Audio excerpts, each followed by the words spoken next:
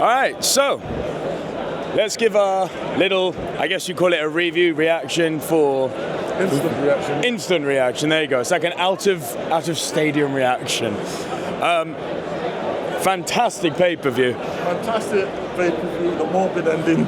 They sent everyone home less than happy, but I'm still happy because all in all, I've had a great time. It was a great show. 14 matches were on this card, and not one of them disappointed. And like, it's been an excellent night, man. But get well soon, Osprey.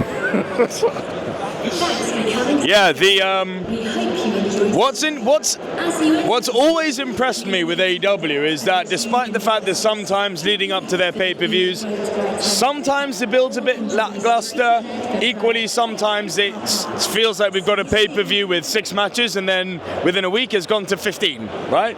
And he always stacks it. But there was not a bad match tonight. Pre-show, which was long, actually, very long pre-show. 2-hour pre-show. There wasn't really a bad match on the pre-show itself. And then the main card, it to quote Sheamus, it literally felt like banger after banger after banger. Will Ospreay had one of the greatest entrances ever. The night started and ended with a great entrance. Edge Adam Copeland also had one of his greatest entrances ever. It's got a rival, the one we did in Glasgow. Cardiff, yeah. But like Ospreay's entrance, he got that Cody Rhodes treatment. The whole fans were singing from head to toe. And like, they're all still elated now. And that cage match was just awesome. With crazy spots. Yeah. Crazy spots, man.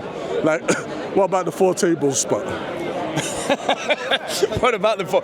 Do you know, it's obviously not the first time we've seen a 4 table spot in wrestling, but it's something else seeing it live. You know when you watch it, but the first one I remember was like SummerSlam 2000, the TLC match, Bubba Ray going through the 4 tables. And it's like, it looks very cinematic and grandiose and crash bang when you see it on TV. It's very different when you see it live. It kind of just sinks and it's like, oh, the body's gone. There's no more human body. But how about that moonsault that he did off the top of the cage? You know, that was picture perfect. It was pretty, man. Prettier than Stratton's, prettiest moonsault ever, man. Like, Ospreay, man, made that look fantastic, man. But R.I.P., man, to Darby's ear. What's going on? AEW, man, I love you, but some of these spots, man, you need to think about, man. What you did to Darby's ear, that was crazy. Do you know, funnily enough, in the match, obviously we're all going to talk about the ear spot, the 4 tables, the moonsault. In terms of keeping the match flowing, I actually thought that the Bucks were the MVPs of that match. Oh, yeah. Well, as they often are, but I thought the Bucks were the ones who kept that whole match flowing nicely from one scene, from one transition to another. And obviously we're talking about the main event here because it was bonkers, but the actual main event pre-lights out, Hangman and MJF. That was a great match. God damn! And they managed to make it go from goods to very goods to let's raise the audience's octos a few levels, and it became great. I mean, we looked at each other at one stage and were like, no, what? It wasn't Swerve the only people swerving people tonight, because, man, that match had its ups and downs, man. Its near falls to a finish. We thought several times it was over, but yes, Hangman did prevail. He keeps his title reign, but Max keeps his contract, so there's a lot more to be done there, man. Other great matches of the night, man. Toni Storm once again did her thing against Athena. Yeah, like, Toni Storm's is one of the most popular, if not the most popular woman in all of wrestling. She must be. So you gotta keep the belt on her, man. We got new tag champs, man. New tag champs. New tag champs. That was like the feel-good moment of the night, to be fair, wasn't it? Because it's like, I think most people on the ministry, if I remember, would have picked Hurt Syndicate or possibly leaning FTR to set up the Cope and Cage feud further down the line. I don't believe anyone picked Brodido. And it was like subverting expectations, but not nonsensically and randomly. It was like subverting expectations in a really good way. Very wholesome, because the crowd clearly love Brody King. And Bandito, man, I've said this to you in the stadium. I'm like, he's my wrestler of the year. And to see him rewarded like that, it's just great. My match of the night though, bro, I gotta go Okada and Strickland. Considering the disappointment I had after All in Texas, the Kenny Okada match didn't really set my world on fire. There was something about seeing an Okada singles match live in person in the UK that felt very special. And Swerve he's Swerve, he's box office. I mean, Okada did, like, you know, disappoint me a bit because he changed his music. So I didn't get to see that classic entrance, man. Yeah. Well, but still, it was great. It was a great match, man. It was good to, like, see Swerve and, like, Okada do their thing.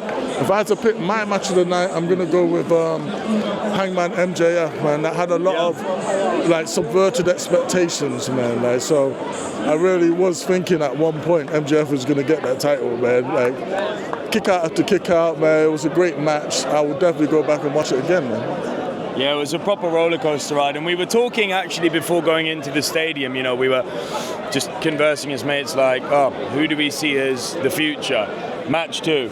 There is no doubt Kyle Fletcher is the future of this industry. I knew that he had like a meteoric rise from tag to singles, because obviously we've seen it with our own eyes, and we've always liked him at the ministry. But to see how well he's been received by the UK crowd, and an Aussie nonetheless, which does matter here, yeah, man, it was like he's really is the ready-made star for tomorrow. Oh, speaking of, Kyle Fletcher obviously makes me think Don Callis family. Wardlow's back. Oh yes.